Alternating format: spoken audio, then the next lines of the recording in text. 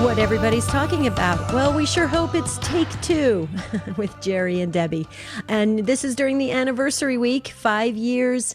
We've been going strong in a couple days. Our actual anniversary was Monday, 5 years for Take Two and the Take Two family. So we just want to say this has been an extraordinary week because these are the week of shows that you picked.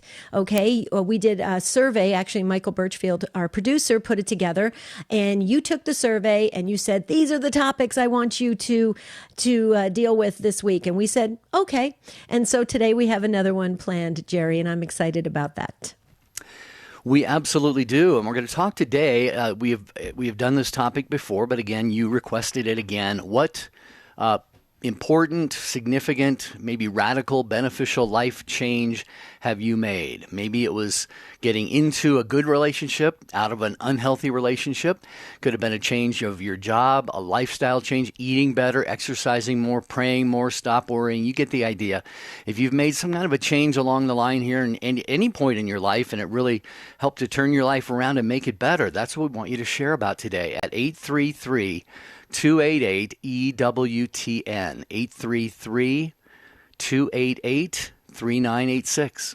So we want to hear about the changes you've made in your life that has really shifted everything for you. You know, sometimes when we make just even a minor change in life or, we adopt a new habit, okay, or a new discipline of prayer, or we incorporate something in our life and we make this change, it has a ripple effect, okay? It changes things in our own life and it also changes things in other people's lives. Have you ever seen that? You make a change in I remember one time sharing with my family.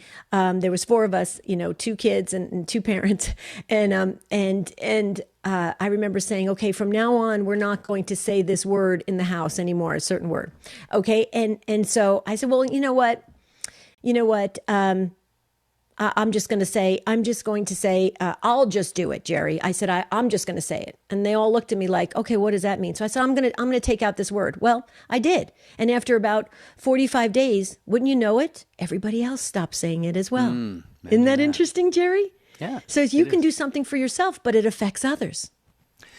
All right, well, if you have made a decision such as this to make a change in your life, and perhaps it has not only benefited you, but others, family members, friends, maybe coworkers, maybe you've reconnected with an old friend, we want to talk about how that has changed your life, because there are always people listening, not only to Take Two with Jerry and Debbie, but to all of Catholic radio shows, people listening who hear the topic and they say, I haven't really thought about it that much, or maybe there's a change that I could make in my life, and what you have to say, what you have to share will educate, it will inspire, it will enlighten. So please feel free. You are the ones who teach us all here on Take Two with Jerry and Debbie. 833-288-3986.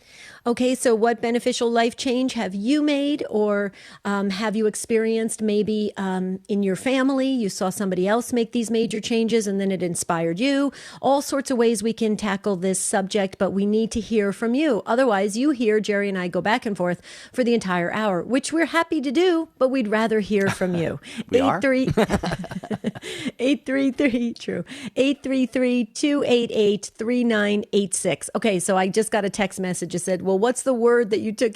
I love our Take Two family. This is hilarious. They said, well, what's the word? Okay, let me just put it this way. It wasn't a nice word that we used to say in our family, and it just wasn't nice. I would say it was a borderline cuss word, and it wasn't nice. And so I said, you know what? This word's got to go. And so I took it out, and then wouldn't you know it, the whole family did too. And I don't think we've really ever used it again, believe it or not. It's kind of interesting. Well, as you always say, practice makes permanent, right? That's right. So, that's right, Jerry. Well, what about, you think we should share something, a change that we made that has been beneficial? What about you? You probably made a lot of them. You're kind of a always forward-thinking, forward-moving person, so you probably made a lot of beneficial changes. Absolutely. I would say that the most beneficial change for me was downsizing after the kids left the house. And when Marty and I decided to downsize and have kind of a turnkey lifestyle with less attachments, it was very freeing, and it allowed me to have ample time to deepen my faith life. And so I love that. In fact, I'm kind of obsessed with it. I pretty much detach from everything now, and I just love purging things and going through spring cleaning all year long. And I know, Jerry, you and I have talked about this. Where you're in the same place in your life as well, right? Oh, absolutely. In fact, I have been doing that lately, and I know it's going to be a very beneficial move on my part. The other thing I would point to, and I cringe when I say this because you really aren't, Jesus, in the readings at Mass yesterday, don't let your right hand know what your left hand is doing. When you pray in secret. But I had a priest challenge me about a year and a half ago to spend a holy hour in a church every day. And I haven't made it to a church every day, obviously, especially recently with the lockdown. But I've pretty much been faithful to that. And I don't say that because I'm anything special. I say it because I need it. I need it desperately. But that has just totally changed my life. I can't tell you, dear Take Two family, when you spend, even if it's once a week, do a holy hour, Eucharistic adoration holy hour. It is going to supercharge your life. It's going to, I have seen, Debbie, I've seen sin patterns in my life reduced, eliminated. I look at some of these things and I say, is this me? Yeah. These are these little sins and sometimes big sins I used to commit all the time. And now I say, wow, this really works. You've been very, very dedicated. I can attest to that because sometimes I've called you during your holy hour, and you are very dedicated to adoration. But I will tell you something, Jerry. Let's even in a bigger scale for a parish community. Do you know when there's perpetual adoration at certain churches, certain parishes? It's a game changer for the entire parish. It is unbelievable what it does. The graces that flow into that parish community, you can't even measure it. It's unbelievable, folks. If you can talk to your pastor about that, I would definitely encourage, especially in this time, in the climate that we're living in, perpetual adoration. I'm a firm believer of it. Well, we see vocations just exploding in parishes where there are Eucharistic adoration perpetual, or even not perpetual, but regularly anyway. So, anyway, what beneficial life change have you made? And tell us about that. And maybe it has really just made your life better, those around you better. 833-288-3986. Got about 2 open phone lines if you want to be on one of those.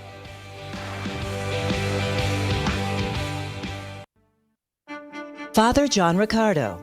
When you and I come to Mass, we're accustomed to thinking of the beginning of the Mass, what we call the liturgy of the Word, as a time when someone or someones, they kind of get up, they read from this book, which most of us have limited understanding of, about a people who we really don't grasp, with names that are very hard to pronounce, which we feel embarrassed about saying out loud, because you just know people are going, who's Shealtiel, for crying out loud, When the Word of God is proclaimed at Mass, it's happening now.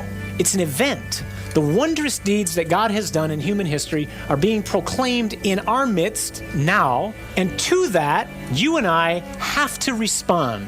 And we do respond. We either respond with, so what? I don't care. This is irrelevant to my life. Or we respond by saying, yes, Lord, I believe this, and I want you to take over more and more of my life. The people you know and trust are on EWTN. I'm Jeanette DeMello, Editor-in-Chief of the National Catholic Register and co-host of Register Radio with Matthew Bunson.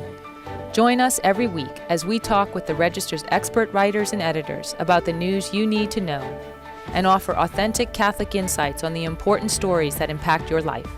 Register Radio, every Saturday at 7 p.m. Eastern and Sunday at 11 a.m. Eastern, here on EWTN Global Catholic Radio. Hi, this is Matt Swain. And this is Anna Mitchell from the Sunrise Morning Show, congratulating Jerry and Debbie on their 5th anniversary of Take Two with Jerry and Debbie. Thanks for all you do to connect so personally with listeners every weekday on Take Two on the EWTN Global Catholic Radio Network. And a special thank you to all of you listeners who have called in and helped Jerry and Debbie make this show such a special part of the EWTN lineup for 5 years and counting. So congratulations to you as well. Yeah, we especially congratulate and thank you, the listeners and the show team. We've got Michael today and Jeff and Ryan is going to be giving way to Michael McCall on the phones. And we just really could not thank you enough for being a part of this program for many, many years.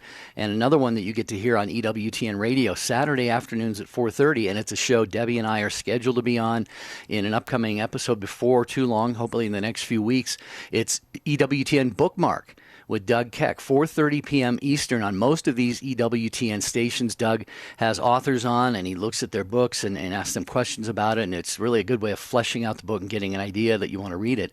And this week, in the essential works of Thomas More, Gerard B. Wegemer and Stephen W. Smith provide an illustrated collection of St. Thomas More's most important English and Latin works, and that's hosted by Doug Keck Saturday afternoon at 4:30 p.m. here on most of these EWTN stations. I really love Bookmark, and I'll tell you why. I'm a big reader, and I love to get the preview and meet the author and hear what it's about and the background of it. That just it has helped me. If you're watching on YouTube or Facebook, you can see that's the books behind me on the video. There it is. I was off video. If you look behind me, that's just 1/10 of how many books. I love reading. And Jerry, doesn't that help when you have kind of a preview of everything? It really does. Mm-hmm. Because I will readily admit I am not much of a reader. I really had to push myself when I was in college to do the necessary reading for classes and so forth. So when I have an opportunity to see, kind of get inside the covers of a book and have the author explain this is what the book is trying to achieve, here's what the chapters are about, that just helps to inspire me. And I say, you know what, that's a book I want to read. Yep, absolutely. Absolutely. Okay, so we have a couple open phone lines. If you've made a beneficial change, life change, or someone else has in your circle, your circle of trust, like that movie, Your Circle of Trust, please share with us. We'd like to learn from you at 833-288-3986. And just a little bit of trivia. I learned this morning, Jerry. You probably know this already. I have to catch up to you because you pretty much know everything. Did you know it's Paul McCartney's 78th birthday today? Are you kidding me? 78? 78, and I bet you didn't know this. I'm gonna get you on this one. I did not know it. You probably knew it. Did you know he was baptized Catholic?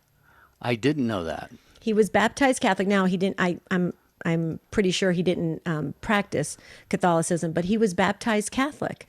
So a lot of people were saying, isn't that interesting? Maybe we should, place him in our rosaries, because he was baptized Catholic. Pretty cool, huh? That's it reminds me of, which is now very, very far in the sort of in the distant past for Paul McCartney. If he's 78 now, the Beatles song "When I'm 64," which they released in 1967. Right.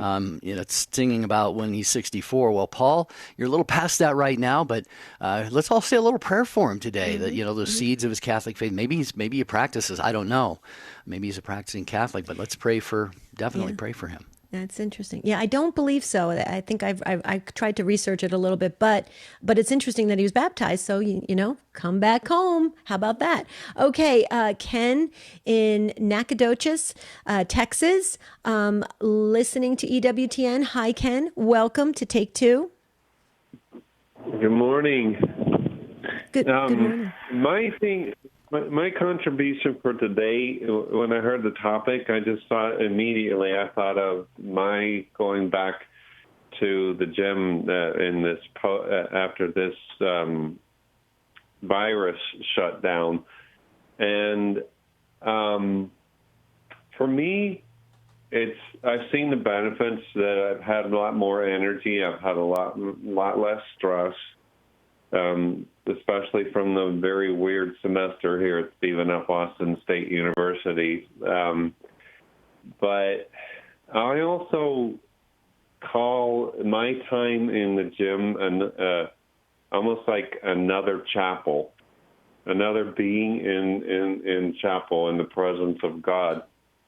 And partly also because it obviously, when you have the challenges of the weights and the exercise machines, you get to know yourself really well in a different way.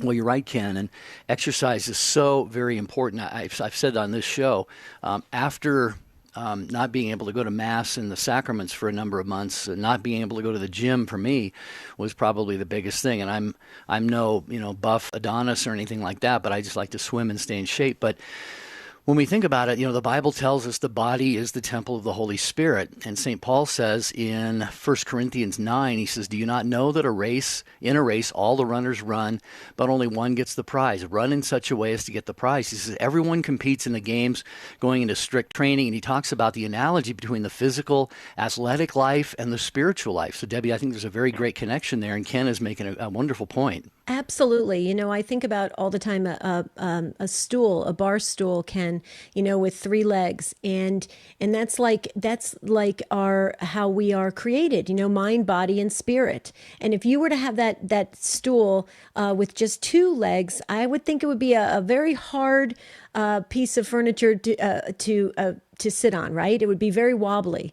And so there has to be this balance and this understanding that they all can work to help the overall being of the person. And so, and the reason why I say this, Ken, is I have a lot of clients in life coaching that will come to me, and they'll be super strong in their spiritual life, and they will be big avid readers, and they'll watch the History Channel on TV, and they'll constantly be feeding their mind, but yet they don't work their bodies. They don't walk. They sit at their desk, 8-10 hours a day. They don't get up to even get a glass of water sometimes. And so that can be somewhat out of balance. And so when you realize that, when you incorporate diet and a healthy diet, because we're meant to take care of our bodies, healthy diet and exercise, it can be another game changer, right, Ken? Yes. And another motivator for me is I'm not a scientist, I'm not a nutritionist. I have a sister who is a dietitian as well, but my mother, God rest her soul, but my mother was diagnosed years before she died with Lewy body dementia. And I found in some of my reading online and such that there's a lot more. There have been studies that have been done that connect the advent and the development of various dementia with a lack of exercise and without, and also to your diet, what you're putting in your body, in a sense.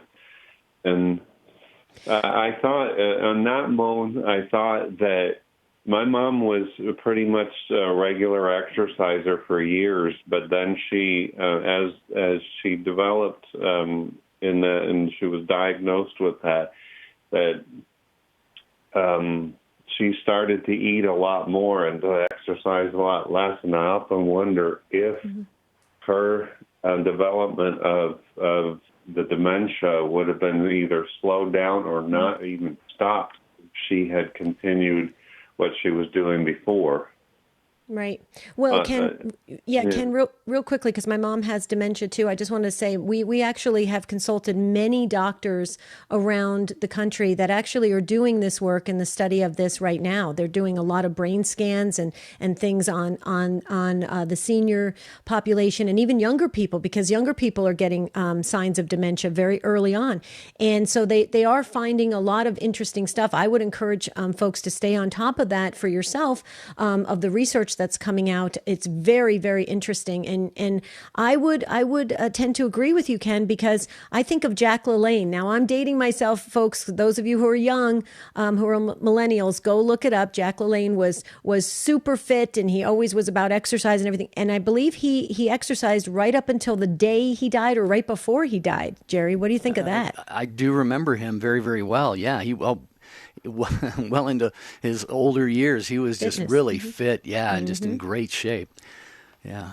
Yeah. Thank you, Ken, so very much. We appreciate it. God bless you. Thank you for calling in and being our first caller for today's show. We just love our ones that just get us off running on this discussion. So we're talking about life changes you've made. Please call us in. Please call us in. Please call in. I was just going to say, Jerry, because you were going to share about one of our wonderful affiliates that called in a message, which I think is so beautiful. Well, when you said call us in, it reminded me, I had a flashback to high school, all the times I got called into the principal's office. I know, me too. 833-288-3986. If you've made maybe a pretty radical change, maybe a subtle change in your life at some point, could have been, again, a relationship, job, as Ken is talking about, exercise, diet, maybe you decided to pray more. How has that made your life better? People are going to be inspired by what you have to share, and you're going to be inspired by this. It's another word of thanks or congratulations to us, including you, the Take Two listeners, on our 5th anniversary this week. Can you believe it? It's been 5 years? What a milestone.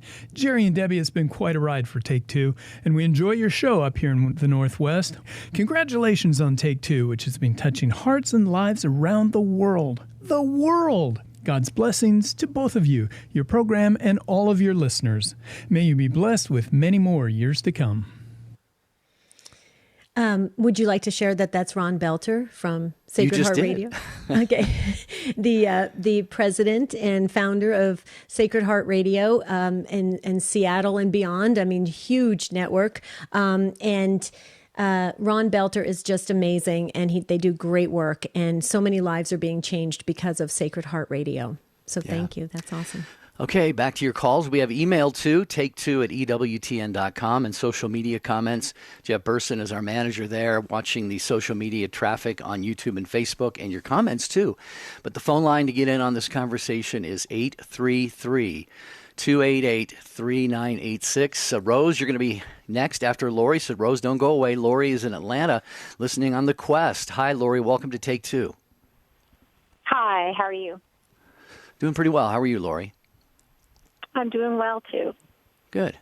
So should I just start in? Yeah, please do. Okay. So it's not really my idea. I got it from my godmother. She went into assisted living, and when we went to visit her, she said, she says, the one thing I've noticed about so many people here is they're older and they're in pain and things like that. And she says, so she made it her mission to just smile at everyone and be happy and try and be kind to everyone and lift their spirits. And given how people, especially since COVID, I had more time, but I started going in the stores to shop or whatever and started paying attention to the people who were working there and the things they were doing, and every time I go out and I see people, I try to make eye contact, smile, and say hello, and, give them a big smile, and try to find something positive, like just the person stocking the shelves at Publix. They really fluff up the green bag of green beans before they put it on the shelf. I mean, it's such a strange thing to think about, but that's an extra effort that they do. And so you're like, wow, you're making that extra effort, and it really makes a difference. It makes the shelf look so much better. So finding concrete things that people are doing where they're taking care with their job and they're doing something positive, and giving them, kind of giving them a thumbs up, but verbally, and just trying to make people feel better, because I think, especially now, I think everyone feels maybe not hopeless, maybe that's too far to go, but certainly I think people have a lot on their minds, and a lot of it's negative. And so I think if we can we don't maybe have the power to do a whole lot, but if we can just change it one person at a time to give them something positive to think about, you could change the world if everyone did that. Absolutely. Couldn't agree more, Lori. I wish the whole world was listening to your call, because we need to spread that genuine love in little doses, and it'll go a long way. And I just love everything you said, and also picking a compliment that is truly genuine. I no disrespect to some people that say, "Hey, you look nice today." Well, that's that's good. Don't get me wrong. I'm not judging it. But how about being specific? Like you just said, the work that you're doing right now, thank you so much. You make my life a lot easier. There's ways to spend that little extra effort in a genuine compliment, and it affirms them, it encourages people, it uplifts their soul, and it does go a long way. And you'll find, Lori, this is very interesting because I do this work, again, in life coaching. I bet that when you do that, you probably won't see this, but when you do that, that person now pays it forward because they feel confident to do the same thing. So the ripple effect is huge. I couldn't agree more, Lori. Way to go. You got the home run virtual award from me. Mm-hmm. Well, I had a couple thoughts on that too, Lori. If you can hold just a minute, I want to definitely confirm what you were saying, but also the Bible has a lot of things to say about the opposite of that, how the tongue, St. James talks about how poison the tongue can be, and Paul in Ephesians talks about, saying things that build people up.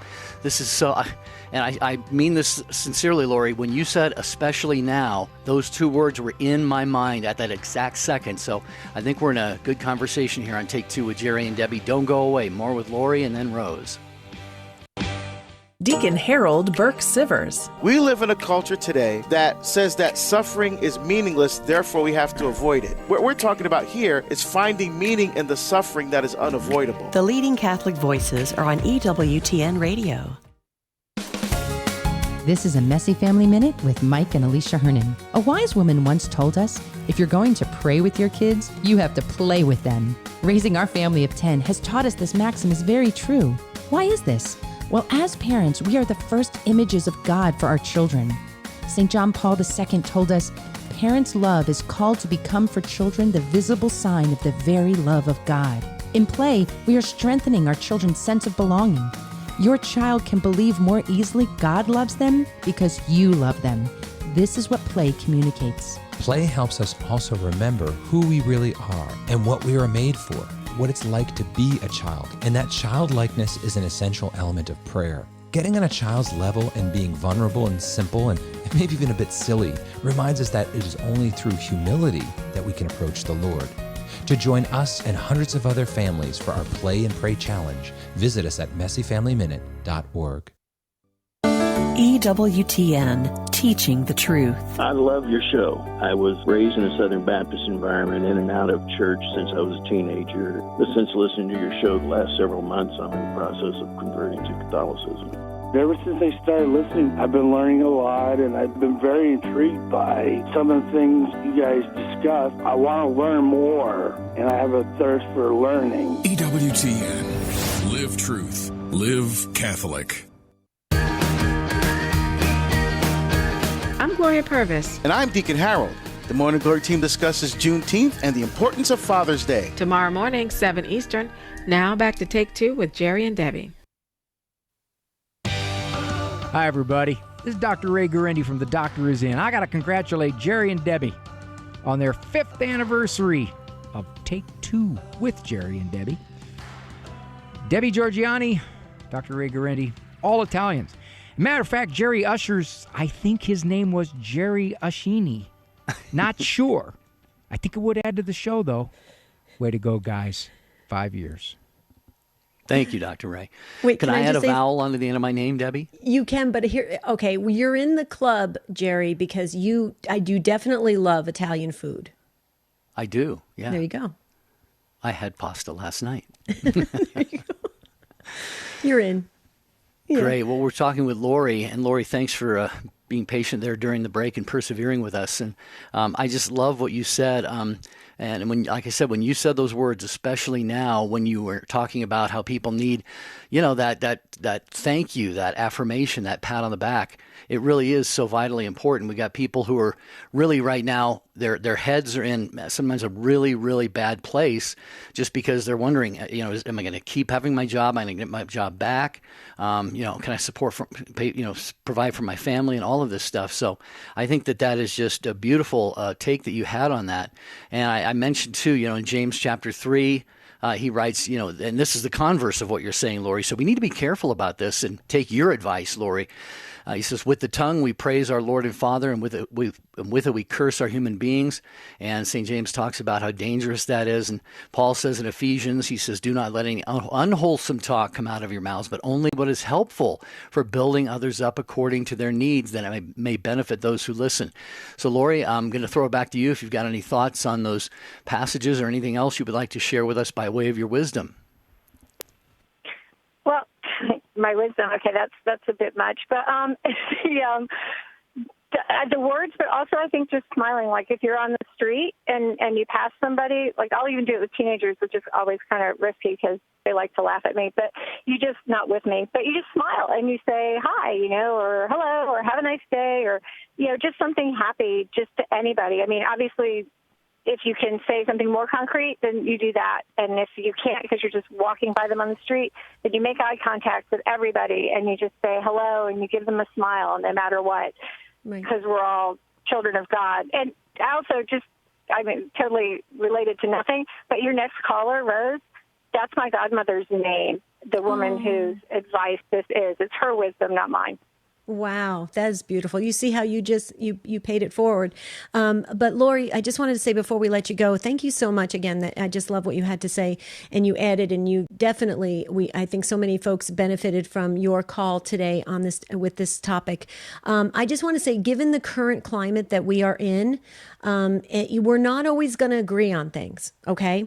And I noticed on Facebook that a lot of people are attacking people's character and their being and who they are and what they do, and that's just not productive. Let's face it. I mean, when you start hitting below the belt, that's not productive. Okay, but if we can, there's an art to disagreeing properly, especially as a Christian.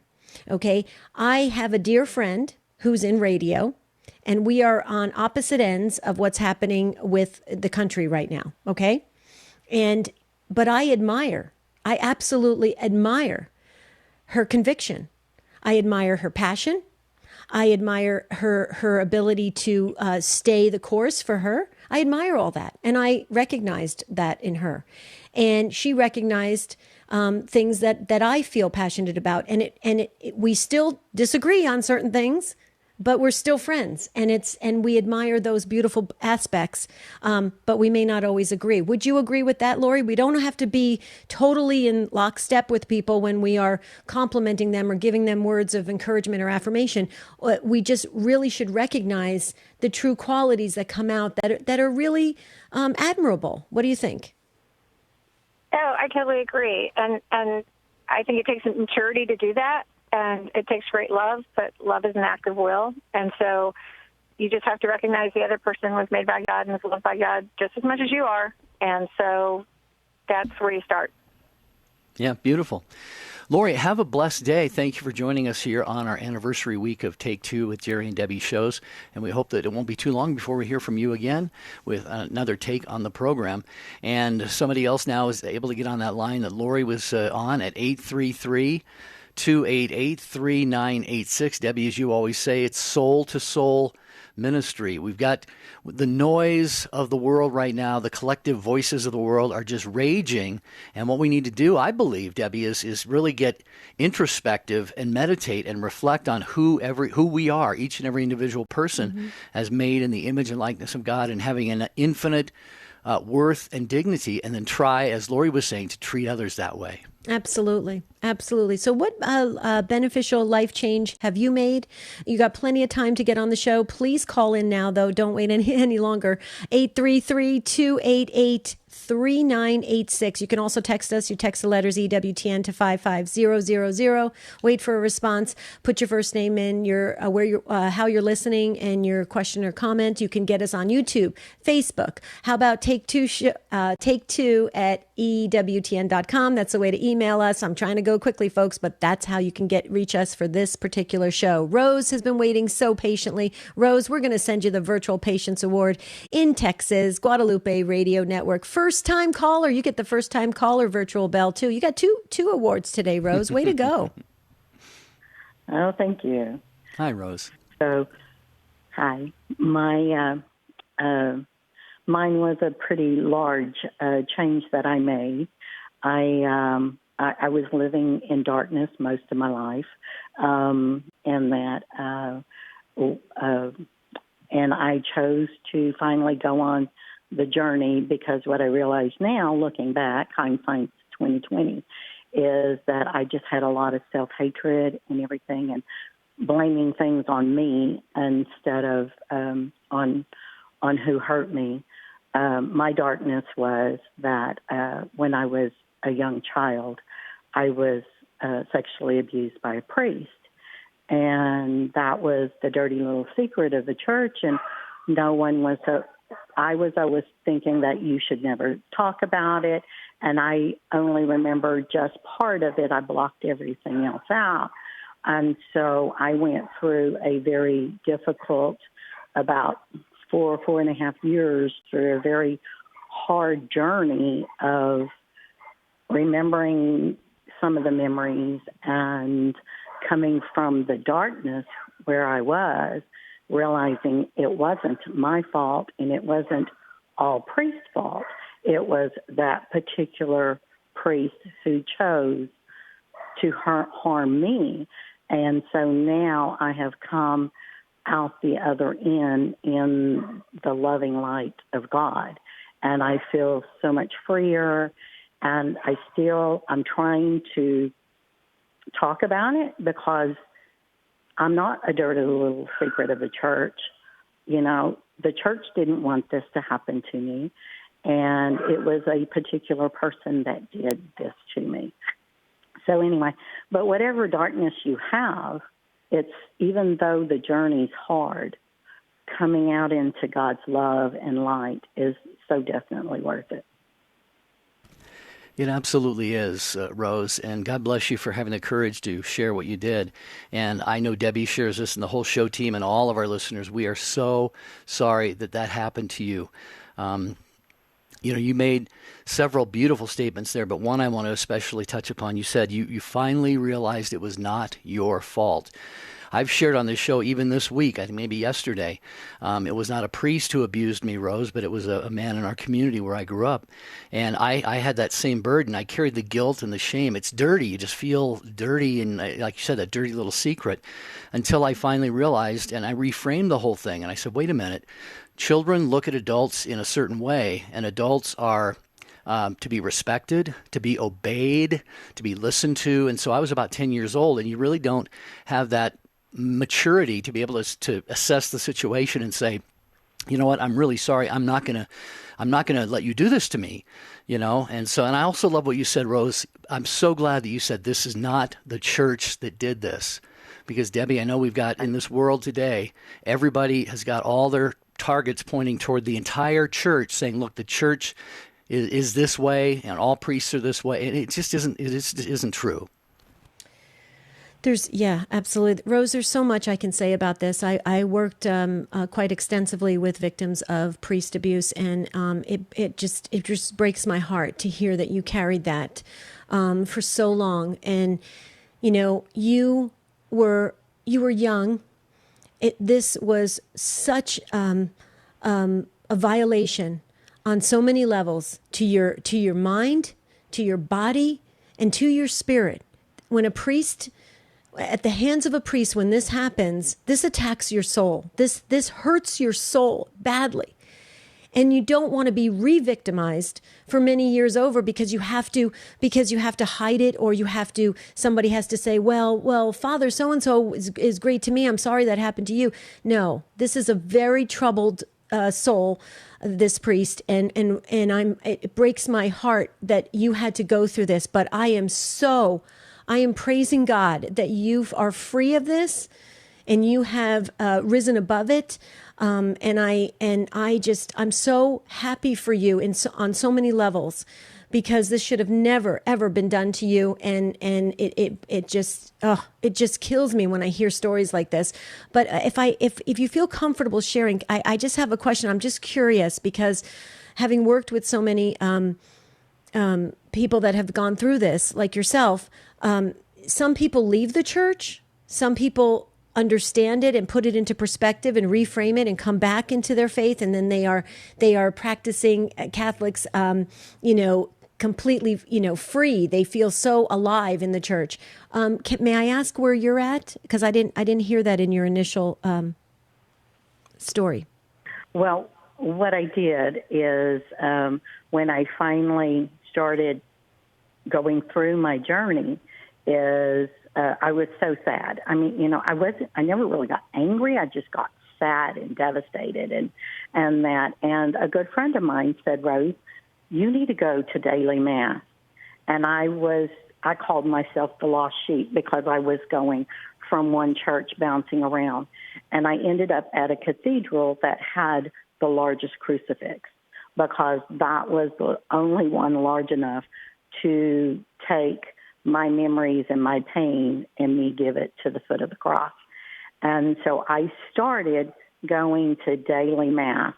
And that was I never could cry. I became so hard and cold in my life that it was hard for me to cry. And I would cry during Mass. I'd go to daily Mass. Those poor other priests that would watch me because that's when I released and all the hardness that I had in my soul and the walls started coming down. And I would cry and I felt guilty for receiving the Eucharist because I had all this pain and everything in my heart. And my bishop told me, he said, you go and receive the Eucharist every day because it's through the Eucharist you're going to heal. And so to keep my strength even today, and it was very hard for me when the churches were closed because I go to Mass every single day, except when it wasn't open, to receive him. And that because that's what keeps me strong and know that I am God's child and he loves me as I am. And I don't because I did this for 40 years that I was in this rut, this darkness, and the rut gets really deep. And so I have to have the Eucharist and the Mass so that it feeds my soul so I can still feel the love that God has for me and for me to have my self-worth. That's right. That's right. You did. Wow. Rose, what you did, I don't believe there's any accident to your call. I believe there are others that are listening right now who have been abused by somebody in the clergy, whether it's a Catholic church or some other denomination. It doesn't, some other church, it doesn't matter. I believe there's people listening right now that have been abused by somebody high up in their church. Okay. And you know what, Rose, what you just shared is so important because the Eucharist, the source and summit of our faith, that's why we are Catholic, the Eucharist. I tell people all the time, please don't turn your back on the Eucharist. I tell people that all the time.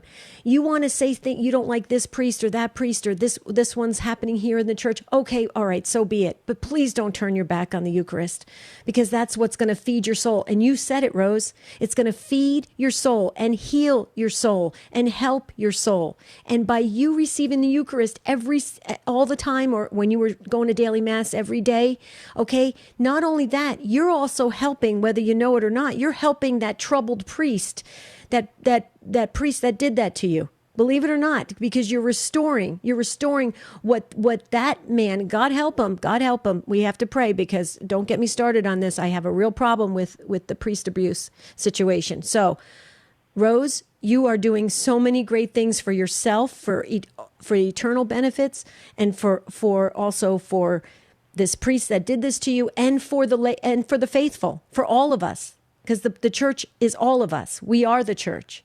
So I just want to say thank you, Rose. I'm sorry you went through 40 years of that, but now you've arrived. You've arrived, and you're helping so many souls. God bless you. Keep it up, Rose. What do you think, Jerry? Go ahead, Rose. Anything else? Well, I was just thinking, it's been a very, very difficult journey, but I'm almost a little thankful that it happened because it was through this journey that I got to have such a deep relationship with our Lord. If this didn't happen to me, I would probably just be going on and doing the worldly things and busy with kids and grandkids and doing everything else. But through my pain, through my suffering, and I always offered the suffering up, it was all my walls were broke down, and all I could do is rely on the Lord. That's and right. That has just brought me through so close to Him. So our crosses, I don't reject crosses anymore. I don't say, why me? Because I've had other sufferings in my life. And I just said, that brings me closer to the Lord. Mm-hmm. Mm-hmm. Rose, you're spot on, because here's what happens when people get hurt by somebody in the clergy, or even a lay leader. A lay leader could hurt them in the church as well. Okay, they turn away from the church. When what we should be saying is, we're going to dive deep, and you're not going to stop me from receiving my Lord. You're not going to stop me from receiving the Eucharist. Get away from me. I'm going deep into the church, because this is what you said, Rose. Oh, wow. We could do a whole show on this, and probably we should, Jerry. Rose, you are an amazing woman. God bless you. I'll say it again and again all day long. What do you think, Jerry? I think you're exactly right. Rose, thank you so much for really gracing our program today. And over the 5 years of Take Two with Jerry and Debbie that Rose, we're celebrating this week, we have had a lot of, every call is meaningful and important. Some like yours, though, I think really teach and inspire us, and others as well. And so thank you, Rose, for your call. Appreciate that. And I want to touch upon... Jerry, real quickly, Gigi just weighed in by text. She said, Gigi runs, Rose, our Facebook book club, Inspired by Faith. Book club and fellowship. We're reading Mother Angelica's book right now by Raymond Arroyo. She just asked if you would, the book club, which has 200 members, Rose, would love for you to join if you love to read, because they would love to tap into your insights and wisdom on subjects. So Rose, if you feel you want to join a wonderful online book club, just go to Inspired by Faith. Inspired by Faith. That's right. Inspired by Faith Book Club. Yeah. A book club on Facebook, or you can find it on standtalltoday.com. You can go there and hit the book club tab. Okay. Thanks, Rose. Sorry, Jerry. Gigi wanted me to get that in. No, that's quite all right. I've got some other thoughts. Thank you again, Rose, for your call. Just in general about some of the conversation we have with Rose there, but I want to remind those of you who are listening right now, maybe you can't listen live to Take Two with Jerry and Debbie, or your favorite EWTN show, Called to Communion, Open Line, Women of Grace with John Williams. But what you can do is you can go get the podcast, because EWTN Radio posts 11 podcasts every weekday and over 60 per week. So you never miss your favorite EWTN programs, and they're all free. So go to EWTN.com/radio/podcasts to subscribe and listen. Okay. Thank you again, Rose. We appreciate your call. Real quickly, Jerry, I just wanted to say a couple things. We are going to be on the first hour of Catholic Answers Live tomorrow. And you'll give the times, I'm sure, Jerry, but I just wanted to share what the topic is. It's talking about working through crisis situations, okay? And I think we can all agree we have a lot of crisis, scenarios and situations happening around us on a daily basis now. So we're going to be talking about that on the first hour tomorrow, and that is at what time, Jerry? 6 p.m. Eastern. Okay. So that's 3. So that's 3 hour 3 time, Pacific, right? Yeah, 3 o'clock. Wow, our divine time. mercy, the hour, the power hour. Okay, and then the other thing I just wanted to share. Okay, get ready, folks, because everybody's been asking about this, and no, it's not going to be an in-depth study on guardian angels, but you asked for it because I think 65 or 66% of the survey. Folks that took the survey said you wanted to learn more about guardian angels. That will be tomorrow's show, and here's how it's going to work. It's going to be a little bit of the church's teachings on angels, guardian angels, and then we want to open it up to have you share your personal encounters with your guardian angel. Pretty interesting. So the relationship with your guardian angels, what it means, we're gonna look to the catechism and look to scripture to support that, and a little bit of that will go a long way to starting your relationship with your guardian angels. Well, you have actually changed my whole outlook on my guardian angel over the past few years. The things that you have shared, the teachings you've done, just the way that you talk about it all the time. I'll tell you right now, I've always prayed to my guardian angel every day, every morning.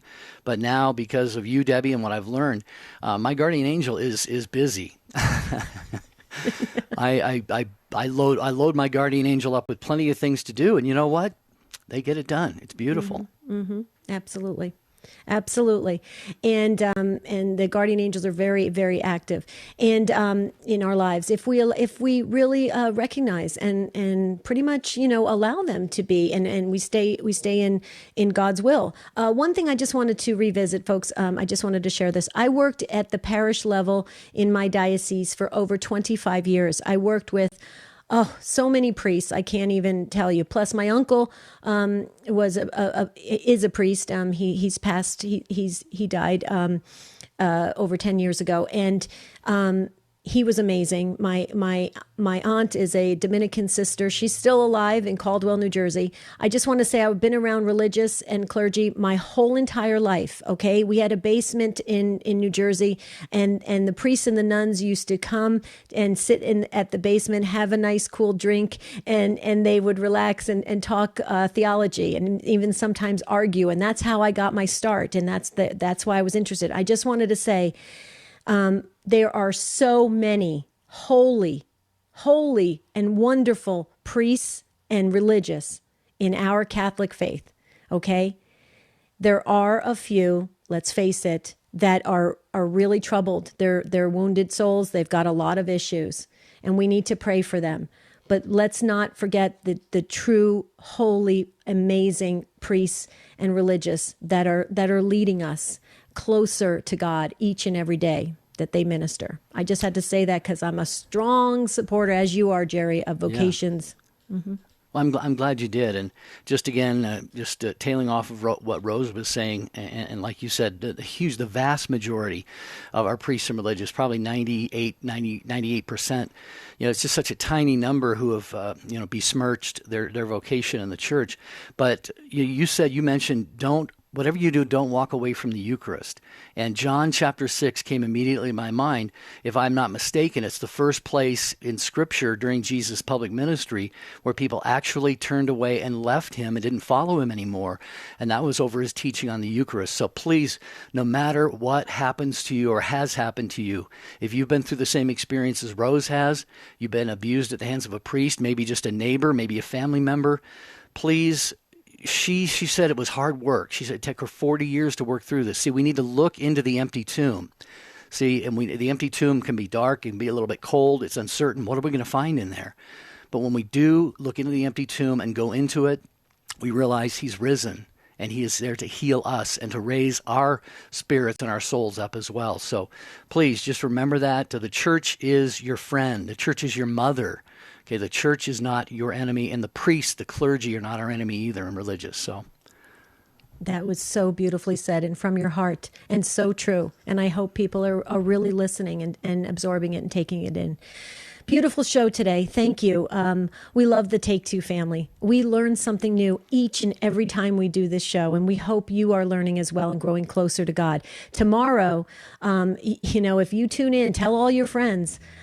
Everybody feels alone right now. We all feel like we're on our own little island. Well, you're not. It's you and your guardian angel. And we're going to be talking about that tomorrow. Jerry, I'm super excited about tomorrow's show. I think it's going to be just a life changer for so many.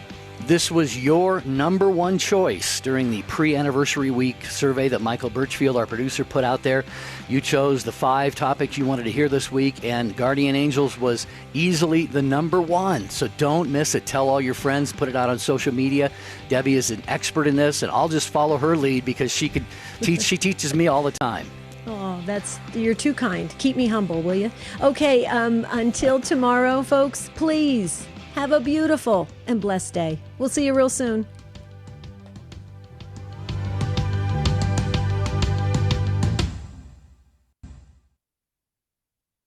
Dr. Ray Guarendi, making your parenting more fit, making your kids have less fits,